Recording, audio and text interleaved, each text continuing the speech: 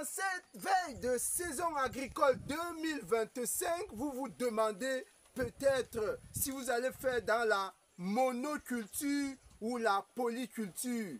Quand on parle de polyculture, c'est-à-dire l'association de plusieurs cultures sur le même espace.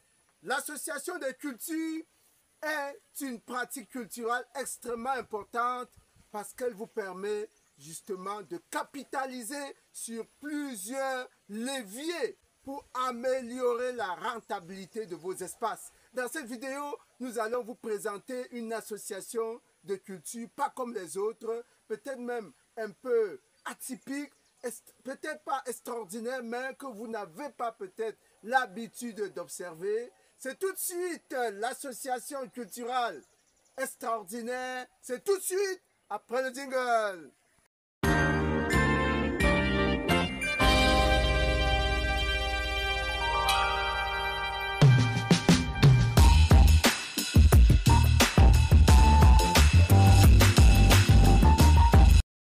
Une fois de plus, chers agripreneurs, bienvenue sur la chaîne des fonceurs, bienvenue à la ferme intégrée de Ngoumou.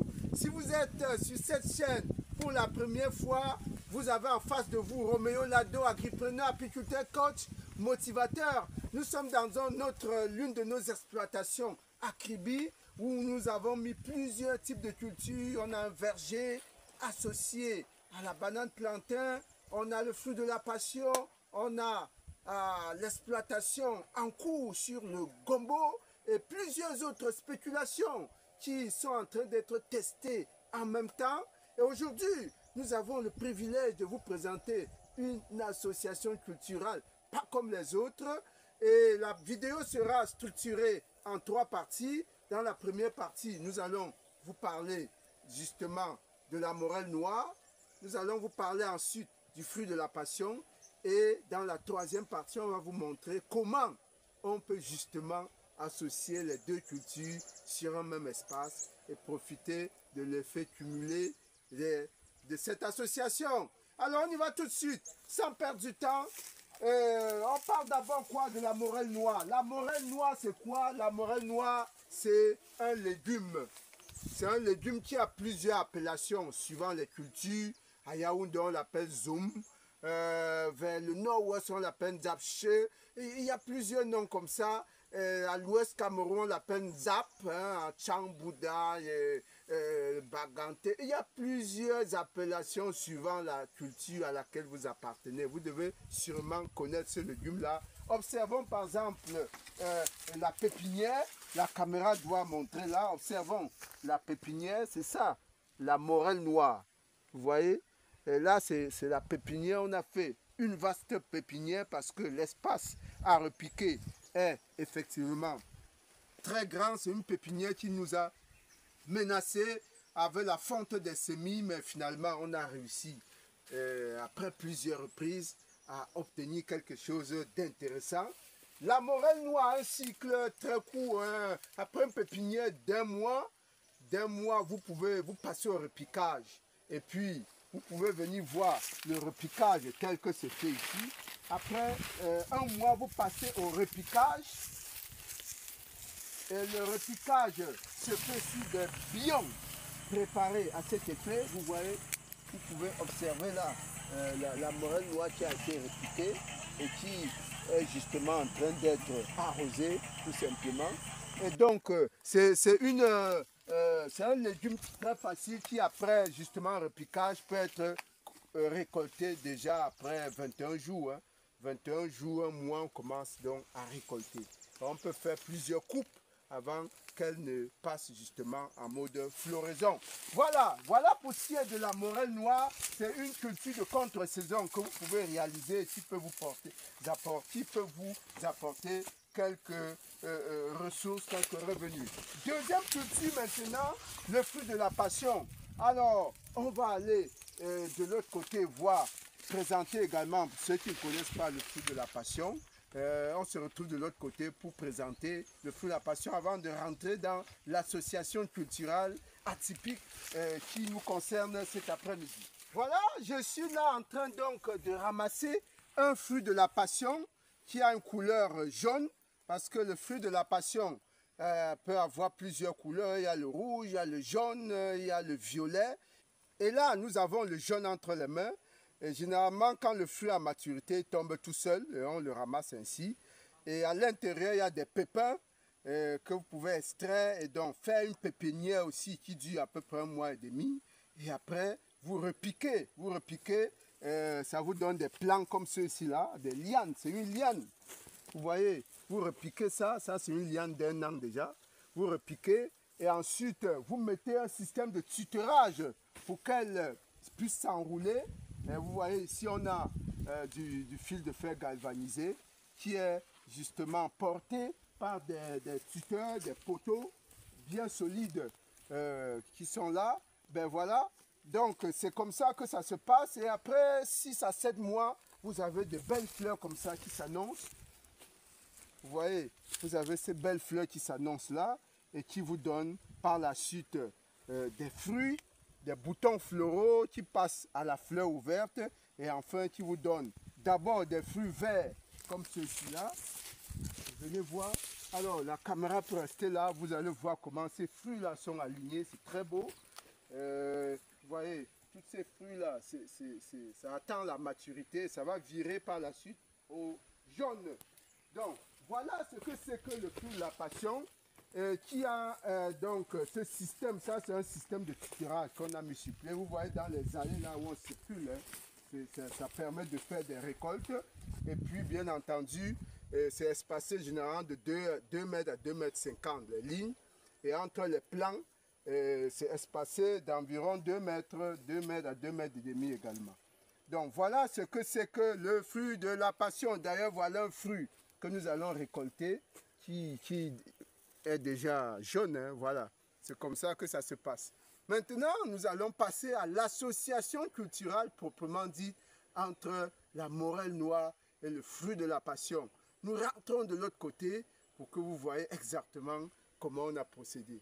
Et voilà, nous nous retrouvons de ce côté-ci pour parler de notre association culturelle entre le fruit de la passion et la morelle noire. Ce qu'il faut dire d'emblée, c'est que l'association culturelle peut avoir 3 orientations. Vous pouvez faire une association culturelle pour profiter de l'effet de fertilité entre les deux, de l'effet de fertilité possible, de complémentarité entre les deux cultures. Par exemple, lorsque vous mettez une légumineuse avec une céréale, le maïs et les arachides, ou le maïs et le haricot. Vous voyez, le haricot, c'est une légumineuse qui capte l'azote atmosphérique qui peut donc profiter à d'autres cultures. Donc, en associant les deux cultures, vous avez un effet capitalisé sur l'azote. Vous pouvez faire également une association culturelle, par exemple, pour un effet de couverture végétale. Vous voyez ici, dans cette bananeraie, on a des feuilles qui apportent de l'ombrage. Alors, ça veut dire que sous ces espaces vides maintenant que vous voyez en bas, vous pouvez mettre autre chose. Par exemple, le macabo, le piment, des tubercules qui supportent l'ombrage. C'est ça le problème. Il faut identifier les cultures qui ne vont pas être gênées par un éventuel ombrage. Et puis, vous faites l'association. Ça vous permet de ne pas perdre ces espaces-là, de ne pas les sacrer pour rien. Et justement, vous capitalisez, vous rationalisez l'utilisation de vos espaces.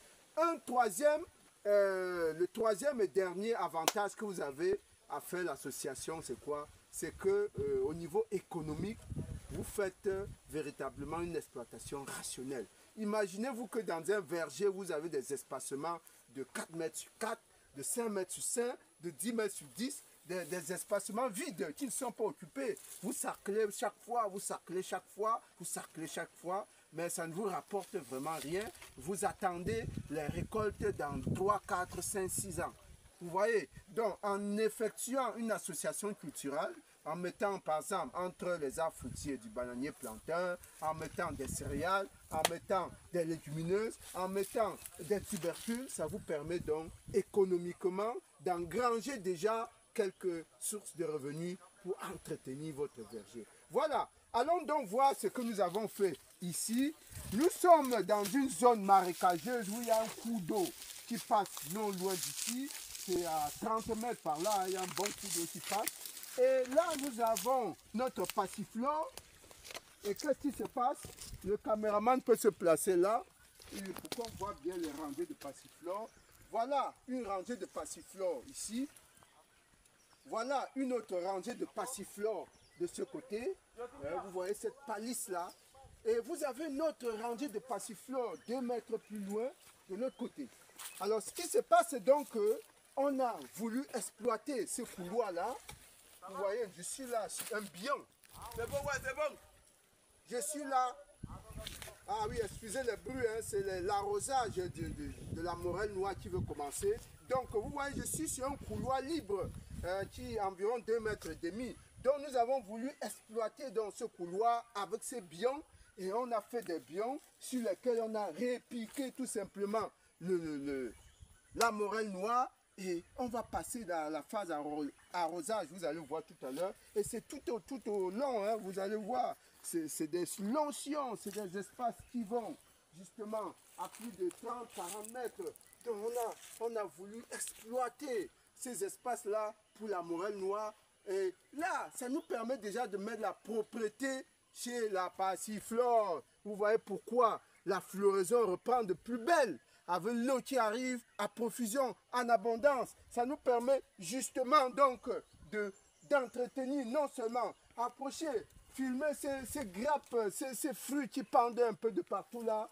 Vous voyez que c'est un effet cumulé qui bénéficie non seulement à la morelle noire, mais aussi aux fruits de la passion, qui va justement produire en contre-saison. C'est-à-dire que nous aurons les fruits de la passion au moment où tous les autres n'en auront plus. Ça, c'est les avantages de cette association culturelle que vous pouvez copier, que vous pouvez également répliquer chez vous, à condition que vous ayez de l'eau à profusion. Vous voyez déjà que là, nous pouvons ramasser nos fruits qui sont déjà prêts. Voilà, vous suivez le bruit sûrement de la motopompe. Ah oui, tendez l'oreille. Bientôt l'eau va jaillir pour pouvoir arroser ces plantes-là. Ça ne va pas tarder. On attend que le régime de la motopompe soit arrivé. Vous allez voir comment nos agents sont déjà positionnés avec l'élément pour pouvoir faire l'arrosage. On attend que l'eau arrive. Elle va arriver. Vous allez vivre donc cette association, l'entretien de cette association culturelle-là en direct. L'eau arrive déjà dans le tuyau de refoulement parce que la rivière, comme je vous le disais, n'est pas loin de là, c'est à 30 mètres. Et on peut vous balader dans cette plantation-là, vous voyez comment la morelle noire s'étend, j'allais dire à perte de vue, mais elle s'étend pas à perte de vue, mais à des dizaines de mètres plus loin. Chaque fois que nous avons pu justement disposer de la pépinière, nous avons mis en forme nos bions. Il faut tout simplement arroser pour que ça progresse, et pour qu'on puisse justement d'ici 3 semaines faire la récolte. Et c'est parti pour l'arrosage.